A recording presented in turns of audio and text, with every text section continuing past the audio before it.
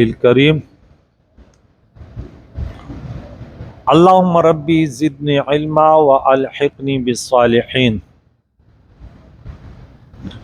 اعوذ باللہ من الشیطان الرجیم بسم اللہ الرحمن الرحیم وآیۃ لہم انا حملنا ذریتہم فی الفلک المشحون صدق اللہ العظیم۔ حاضرین و سامعین کرام، ہمارا درس سورہ یاسین آیت نمبر 40 تک ہو گیا۔ کل شروع سے آیت نمبر 33 میں ہم نے پڑھا وآیۃ لہم الارض المیتہ، یعنی پہلے انطاکیہ کا واقعہ، اس میں مرسلین، صادق اور صدوق جو مختلف نام تھے، شمعون اور حبیب نجار کا واقعہ، وہ اس لیے سنایا کہ دیکھے ان کے نہ ماننے والوں کا انجام کیا ہوا، بجھی ہوئی آگ کی طرح ختم ہو گئے۔ اب مشرکین مکہ اور قیامت تک آنے والے غیروں کو مزید اللہ کی وحدانیت، اس کی قدرت، معبود برحق ہونے پر دلائل۔ تو کل پہلے یہ دلیل تھی کہ وآیۃ لہم الارض المیتہ احییناها واخرجنا منها حبا فمنہ یأکلون، کہ ان کے لیے اللہ تعالیٰ کے معبود برحق قادر مطلق ہونے میں یہ کہ وہ خشک اور مردہ زمین کو کیسے زندہ کرتا ہے اور ان کے لیے ان میں سے کیسے اناج اور باغات وغیرہ نکالتا ہے۔ چلتے چلتے آیت نمبر 37 پر جب آئے پھر فرمایا وآیۃ لہم اللیل نسلخ منہ النہار فاذا ھم مظلمون، اور ان کے لیے ایک نشانی رات ہے، ہم اس پر سے دن کو کھینچ لیتے ہیں اور یہ اچانک اندھیروں میں آ جاتے ہیں۔ اب تیسری دلیل وآیۃ لہم انا حملنا ذریتہم، اور ان کے لیے ایک نشانی یہ ہے کہ ہم نے انہیں سوار کیا تھا، ان کے لیے نشانی کہ ہم نے سوار کیا ان کی اولاد کو اس بھری ہوئی کشتی، مشہور معنی بھری ہوئی، نوح علیہ السلام کی کشتی مختلف ساز و سامان اور مختلف انسانوں اور حیواناتوں سے، جس کی تفصیل ہم سورہ ہود میں پڑھ چکے تھے کہ دیکھ حیوانات کو تو جگہ مل گئی، لیکن جو اللہ کے نافرمان تھے انہیں نوح علیہ السلام کی کشتی میں جگہ نہ ملی۔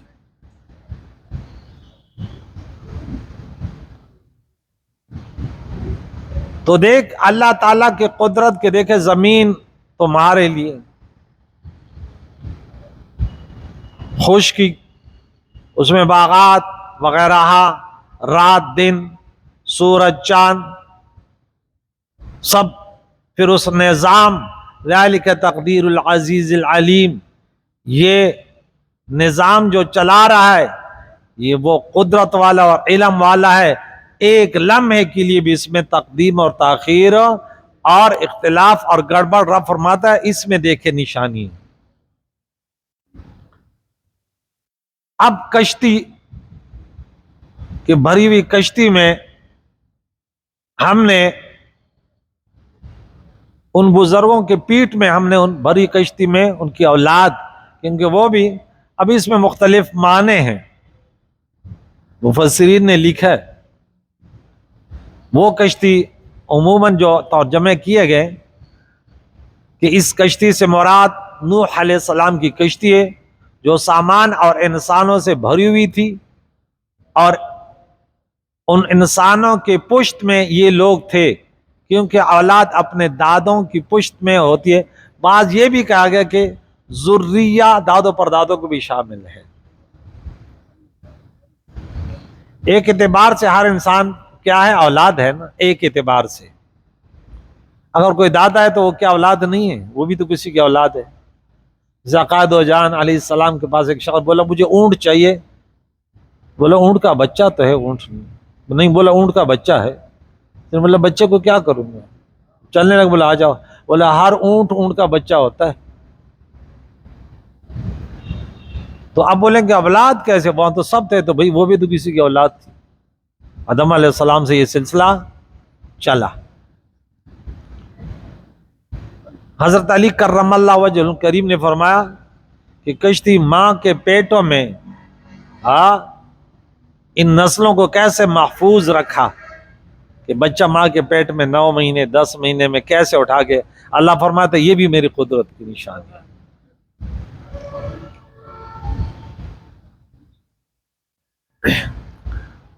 وَخَلَقْنَا لَهُم مِّن مِّثْلِهِ، اور ہم نے ان کے لیے اسی کی طرح، اسی کے مانند ما یرکبون، ما غیر ذوی العقول کے لیے آتا ہے، وہ جس پر یہ سوار ہوتے ہیں. اس میں اب مختلف معنی ہیں. ایک یہ ہے کہ یعنی نوح علیہ السلام کے بعد قیامت تک کشتیاں و جہاز بنتے رہیں گے. ان سب کی اصل کشتی نوح ہے علیہ السلام. خیال ہے کہ کشتی کے موجد نوح علیہ السلام ہے. موجد کون ہے؟ نوح علیہ السلام. پھر اس کے بعد اور مفسرین کرام نے کہا کہ ان کے مانند کہتے اونٹ بھی ہے، اس پر بھی، یعنی وہ تو دریا کے زیادہ پہلے سفر ہوتے تھے، اس کے بعد خشکی کے، اب مزید اب تو ہوائی جہاز اور اونٹ گھوڑے تو ختم ہو گئے، لیکن اس کی جگہ تیز سفر کرنے والے معاش کا تلاش میں دنیا کی ایک کونے سے دوسرے تک پہنچ جاتے ہیں. تو جس پر یہ سوار ہوتے ہیں، یہ تمام کے تمام اللہ تعالیٰ نے انسان کو عقل دی کہ وہ اس قسم کے، رب نے فرمایا نا کہ وہاں 14 پارے میں غالباً کہ ہم نے ان کے لیے اونٹ وغیرہ گھوڑا گدھا بنایا، اور وہ جو یہ جانتے بھی نہیں ہیں. اب جہاز کون جانتا تھا؟ وہ منٹوں میں کہاں سے کہاں پہنچ جاتے ہیں، اور پتہ نہیں آنے والے وقتوں میں کیا بنیں گے.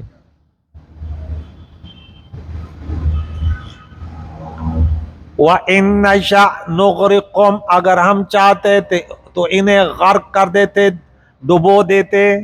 فَلَا صَرِيخَ لَهُمْ، کوئی فریاد رس ان کا نہ ہوتا. جب اللہ کی گرفت میں کوئی آ جائے، رب فرماتا ہے پھر کوئی چھڑانے والا نہیں ہوتا. کوئی لائے نفی جنس ہے، کہتے فَلَا صَرِيخَ، کوئی فریاد رس نہیں ہوگا.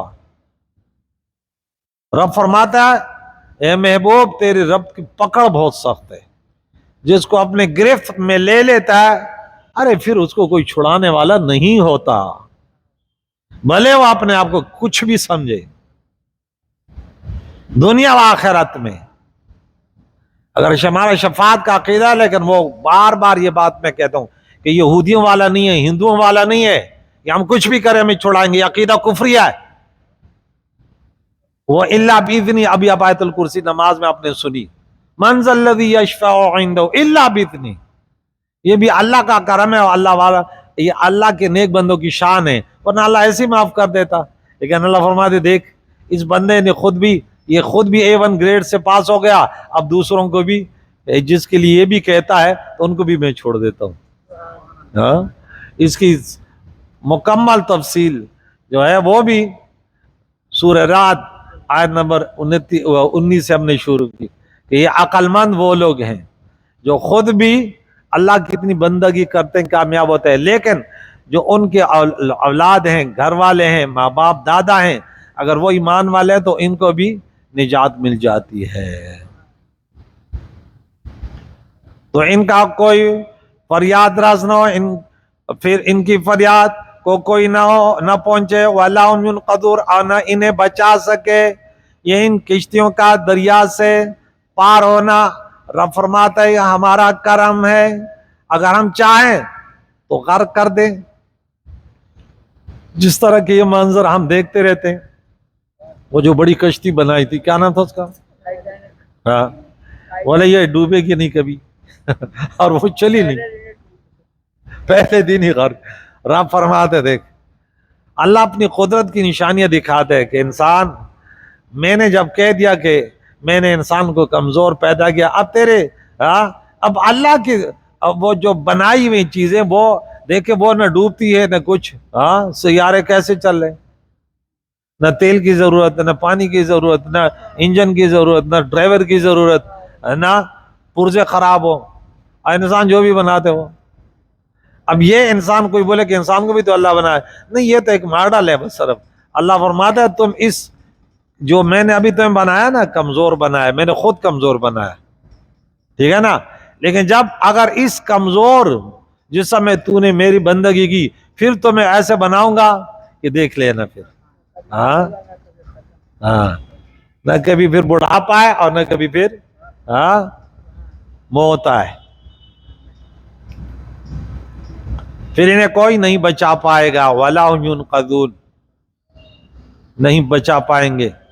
جن کو آج یہ پوجتے ہیں مشرکین مکہ کو اور دوسروں کو, کہتے ہو بتوں کو پوجتے ہو, اگر اللہ تعالیٰ تمہاری گرفتاری کرے تو کون چھوڑائے گا. کرونا پیچھے لگا دیا, سب کے حالت خراب ہو گئے, بولے چلو إِلَّا رَحْمَةً مِنَّا وَمَتَاعًا إِلَىٰ حِينٍ, مگر ہم تمہیں دریاؤں میں نہیں ڈبوتے, خشکی میں زمین پھاڑ کے وہاں بھی تو ہم تمہیں زمین میں دھنسا سکتے, لیکن یہ رب فرماتے ہمارے طرف سے رحمت ہے کہ چلو پھرو. لیکن اور یہ فائدہ الہین ایک وقت تک ہے, ہمیشہ نہیں رہنا یہاں تو اس دنیا میں. وقت سے مراد لوگوں کی عمریں ہیں, یعنی سمندر و خشکی کے سارے اسباب صرف زندگی میں کارآمد ہیں, بعد موت تمہارے لیے یہ سب بیکار. تو اس میں اتنے مشغول نہ ہو کہ تمہارے پاس درس قرآن کے لیے بھی ٹائم نہیں ہے اور نماز کے لیے بھی نہیں ہے. کہتے وہ کام پڑ گیا تھا, ارے میں نے بولا تمہارے کام کا علاج تو میرے پاس ہے نا. کوئی کہتا میرے پاس ٹائم نہیں ہے, میں نے بولا میرے پاس وہ علاج ہے, آجا چھپ کے تمہیں بتا دوں. یہی ہے نا علاج بھی میں بتاتا ہوں. کوئی کہتے نہیں ہے, میں نے بولا ہے یار, کس نے بولا نہیں ہے. اصل مسئلہ ہے استاد جی پیسے نہیں دیتا, اور ہمارے اس کے میں ہوں یا آپ ہیں, ہم سب کے پاس ان کے لیے ٹائم ہے جہاں میں جتھے 2 روپے دی خیر ہے. ایک کنجوس مر رہا تھا نا, بولا جنت میں جاؤ کہ جنت میں, بولا جتھے 2 روپے دی خیر ہے. وہ کنجوس تھا. اب دیکھیں کنجوسوں کی بات آ رہی ہے, میں اپنے سامعینوں کہتا ہوں دیکھیں کچھ اللہ تعالیٰ فرماتے دین کی مدد کرو. دین کی مدد کیا, علماء کی مدد کرو. آج ہم درس دے رہے ہیں سوشل میڈیا پر, تو مدد کرو کہ استاد جی فکر نہیں کرو, انشاءاللہ ان کمزور موبائلوں کی جگہ ہم کیمرہ لے کے دیں گے. جس کو بولو نا وہ کہتے ہیں. میں نے بولا ارے مجھے تو ضرورت نہیں, میں تو تمہیں آزماتا ہوں, ورنہ اللہ نے مجھے بڑا دل دیا ہے. میں کہتا ہوں یا اللہ ایسا نہ ہو کہ کسی کے دل میں یہ تڑپ نہ ہو, یار کا موقع ملتا تو میں بھی استاد جی کی مدد کرتا. اللہ تعالیٰ غربت یہ نہیں ہے کہ پیسہ نہیں ہے, غربت یہ کہ آپ ذہنی طور پر مفلوج ہو. ہم ذہنی طور پر مفلوج نہیں ہیں, ہمارے ارادے بڑے پختہ ہیں. میں کہتا ہوں یا اللہ تو نے زمین و آسمان کو پیدا کیا, تو بڑا قدرت والا ہے, تو صرف آزماتا ہے. اور ہمارا اعتماد مکمل ہے کہ ہم تیری بندگی کریں گے, پیارے نبی کے محبت میں توفیق بھی تو دے گا اور حفاظت بھی تو کرے گا. اللہ تعالیٰ سب سے بڑھ کر حفاظت کرنے والا ہے. اللہ تعالیٰ ہم سب کو اس پر متفق کر دے. لیکن وارننگ کبھی کبھی دیتا ہوں. ایک آیا بولے ان کو چندہ دے یا نہ دے, میں نے بولا میرے مدرسے بھائی تم ان سے کیوں پوچھتے, میں دوسروں کی ذمہ داری نہیں لیتا. آج تیرے ذمہ دار ایک طالب علم لگا لیتا ہوں, آجا میں تمہیں جگہ دکھاتا ہوں جن کے پیچھے نماز پڑھتے ہو. ہمارے ہاں آگے بات نہیں کسی ٹائم کروں گا, یہ ہمارے ہاں کس کو پیسے دیے جاتے ہیں, کہاں خرچ کیے جاتے ہیں, اس پر میں نے بڑی محنت کی, لیکن ابھی تک ٹھس سے مس نہیں ہوئے. لیکن میں صرف حجت قائم کرتا ہوں کہ ایسا نہ ہو کہ بروز محشر تمہیں جو ہے نا گرفتار ہو کہ بولا فلاں فلاں جگہ تو نے پیسے کیوں لگائے تھے, کیا تمہیں تعلیم دینے والا نہیں تھا, انہیں تمہیں مصارف نہیں بتائے تھے, تمہارے پیسے خرچ کرنے کے مصارف. علماء کی اتنی مدد کرو کہ وہ کسی کے سامنے, یہاں تو اگر تنخواہ کی بات آتی وہ کہتے کیا بھائی 10,000 تو دے رہے ہیں, کیوں آگے بڑھائیں. یعنی جس کے جیب سے نہ جائے وہ بھی کنجوس ہے. میں نے بولا اس غریب کی بھی گرفتاری ہو گئی. اگر 2 بول لیتا کہ نہیں یار علماء کی خدمت تو کرنی چاہیے, جو ہماری مسجدوں میں رات دن لگے ہوئے ہیں، نہیں وہ مل کے مشورے کرتے ہیں، دیکھ صحیح نہیں کرنا، تنخواہ نہیں بڑھانا. ارے اللہ علماء کو تو اللہ نے ویسے بھی ابو غنی پیدا کیا ہے، وہ تو صرف تمہارا امتحان ہے کہ تمہارے خود اپنے جیب سے جاتے تمہاری کیا حالت ہوتی کہ دوسروں کے. مسلمان غیرت مند ہے، چندہ دیتے مسجد کو آباد کرتے ہیں، جس کے ہاتھ میں آتے ہیں وہ کہتے ہیں خیال رکھنا امام صاحب کی تنخواہ نہ بڑھانا. ارے ہر امام پیسے والا نہیں ہوتا. ہاں اللہ کے دین کے لیے جان اولاد کی قربانی دینے والے بھی ہزاروں ہوتے ہیں. یہاں دیکھیں رب فرماتے ہیں فائدہ تمہیں دیتا ہوں ایک وقت تک. وَإِذَا قِيلَ لَهُمُ اتَّقُوا مَا بَيْنَ أَيْدِيكُمْ وَمَا خَلْفَكُمْ، اس کا ترجمہ سنیں میں، ڈرو اس سے جو تم سے پہلے ہے جو تمہارے بعد ہے تاکہ تم پہ رحم کیا جائے. کیا معنی ہے؟ یعنی عبداللہ ابن عباس، سعید بن جبیر، مجاہد نے اس کا ترجمہ کیا اس گناہ کے عذاب سے ڈرو جو تم پہلے کر چکے ہو، جو تم نافرمانیاں کر چکے ہو، جو تم سازشیں کر چکے ہو، جس کی وجہ سے تمہاری گرفتاری ہو سکتی ہے. یہ نہ سمجھو کہ ہم نے تو چھپکے سے الگ کمرے میں بیٹھ کر کی تھی. آج ایک بادشاہ وقت کے ساتھ بھی ملک پاکستان کے وہ غریب اپنے جگہ مشورہ کر رہا تھا، اس کے وہاں سے بھی اس کی آڈیو جو ہے نا ہو گیا. ارے اللہ تعالیٰ کے یہاں تو وہ تو فرشتے ایسے ہیں، اللہ فرماتا ہے وَنَكْتُبُ، ہم لکھ رہے ہیں تمہارا سب کچھ، ایک وقت آئے گا تم نے یہ سازش کی تھی. اللہ اس دن سے بچائے کہ ہم تنہائی میں بیٹھیں تب بھی اللہ کے بندوں کے لیے دعا کریں. یہ دعا قبول ہوتی ہے. یا اللہ ہمارے دین کے جو محافظ ہیں، ہماری بچوں کی تربیت کرتے ہیں، یا اللہ گھر میں بیٹھ کے 2 رکعت نفل اس کے لیے پڑھا کرو. علماء نہ ہو نا تو دین ختم ہو جائے گا. ہاں یہودیت پوری پیچھے پڑی ہوئی ہے، غیر پڑے ہوئے، وہ آسرا نہیں کرتے. اور اس گناہ سے بچو جو تم کرنے والے ہو، اس کے عذاب سے، اس سے ڈرو. تو گزشتہ گناہوں پر توبہ کرو، آنے والے گناہوں سے نہ کرنے کا عزم کرو تاکہ تم پہ رحم کیا جائے گا. رحم تب ہوگا کہ گزشتہ گناہوں پہ توبہ کرو، آنے والے وقتوں میں نہ کرنے کا عزم کرو. اس سے ڈرو، یہ ڈرنا ہے. وَمَا تَأْتِهِم مِّنْ آیَةٍ مِّنْ آیَاتِ رَبِّهِمْ، رب فرماتا ہے شکایت، اس کو کہتے ہیں شکایت. ان کے پاس کوئی نشانی اللہ کی نشانیوں میں سے جب بھی آتی یا آئی، یہ ان سے منہ پھیرنے والے ہیں. معرضون کیا ہے؟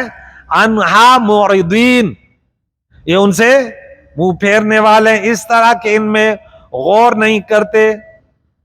معلوم ہوا کہ آیت الہی میں غور کرنا عبادت اور غور نہ کرنا نافرمانی. قرآن کریم کی آیات آئے یا عقائد و جان کے معجزات یا دنیاوی وہ چیزیں جو رب تعالیٰ کی قدرت پر دلالت کرتی ہیں، جیسے ارزانی، گرانی وغیرہ، یہ بھی تو اللہ کی نشانی میں سے ہے. ہم کہتے ہیں مہنگائی کس نے کی؟ فلاں نے کی. فلاں کوئی مہنگائی نہیں کر سکتا، یہ اللہ کی قدرت ہے.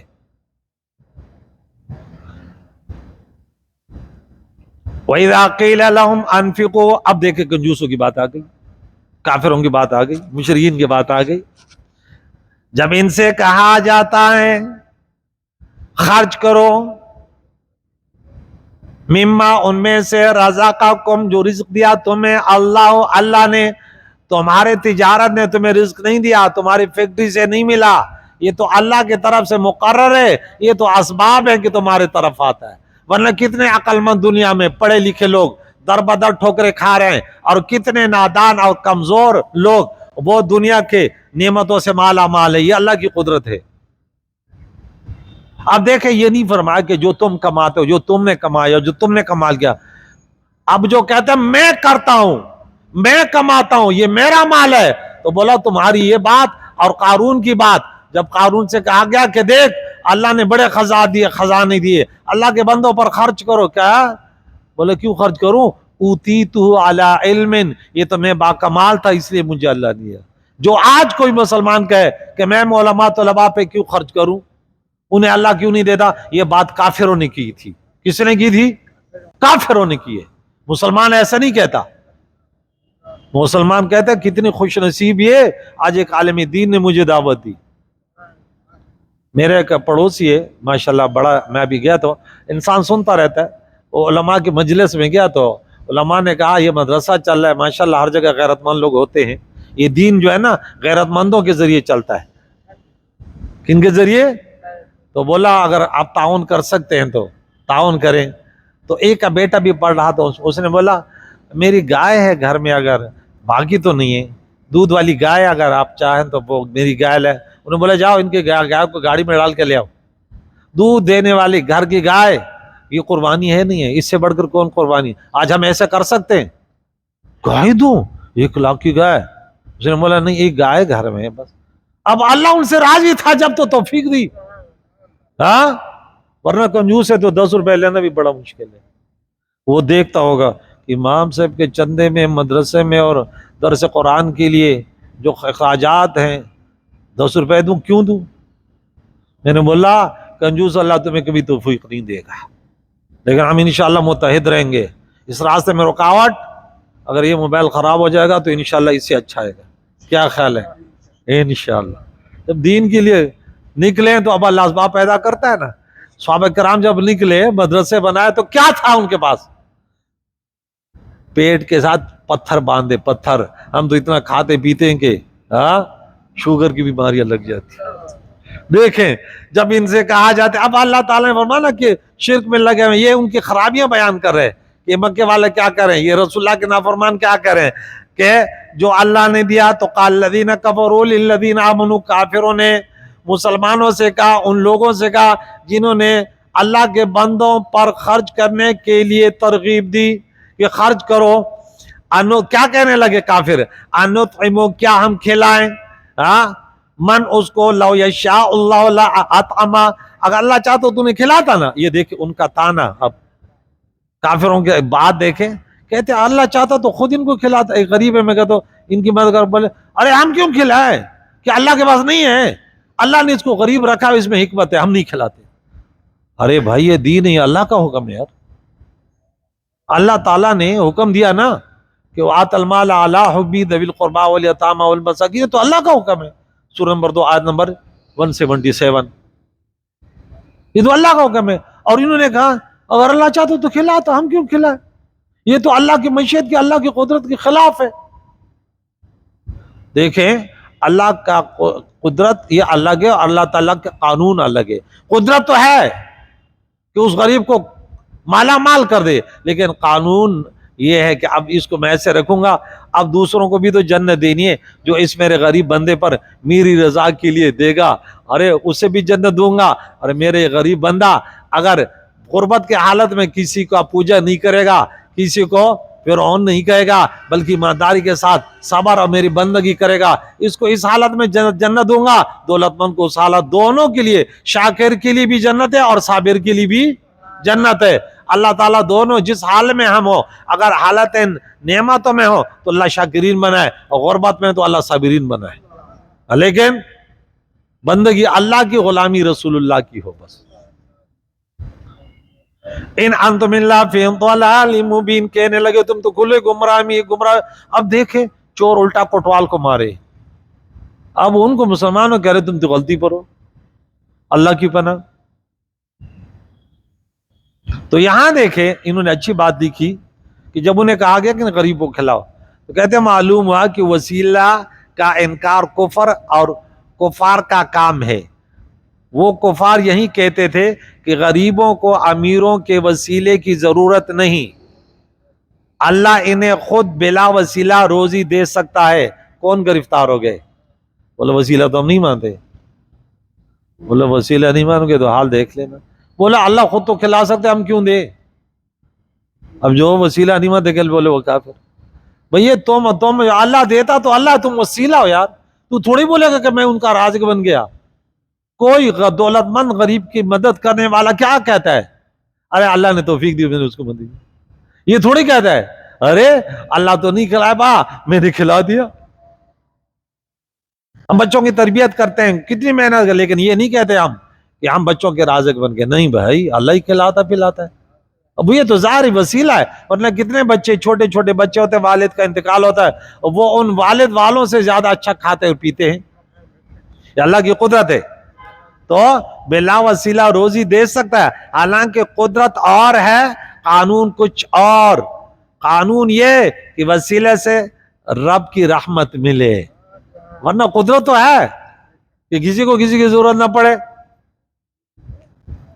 تو مسلمان کفار مکہ سے کہتے تھے کہ تم جو اپنی کمائی میں سے کچھ حصہ اپنے گمان میں اللہ کے نام نکالتے ہو، وہ حصہ مسکینوں فقیروں کو دو کہ اس کا مصرف فقراء ہیں۔ تو وہ جواب یہ دیتے تھے جو آیت کریمہ میں مذکور ہے کہ ہم ان غریبوں کو کیوں کھلائیں؟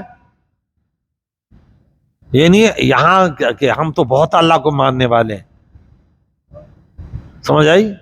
ایک بیٹے سے باپ ناراض ہو، اس کو نہیں دے رہا، دوسرا بھائی کہتا ہے میں اس بھائی کو کیوں دوں جس کو میرا باپ نہیں دے رہا۔ اب وہ اس کو بہانہ مل گیا کہ میرا باپ تو ناراض ہو گیا، وہ کہتا ہے میں نہیں بیٹا آپ نہیں دے رہا۔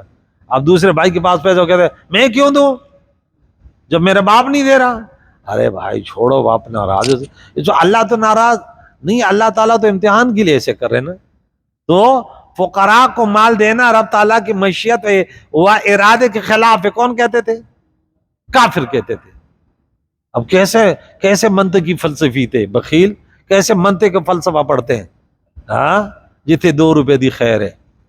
عقل بھی آ گئی، لیکن بتوں کو پوچھتے وقت ان کو عقل نہیں تھی۔ رب تعالیٰ انہیں محتاج رکھنا چاہتا ہے، ہم انہیں غنی کریں، یہ رب کے قانون کے خلاف ہے۔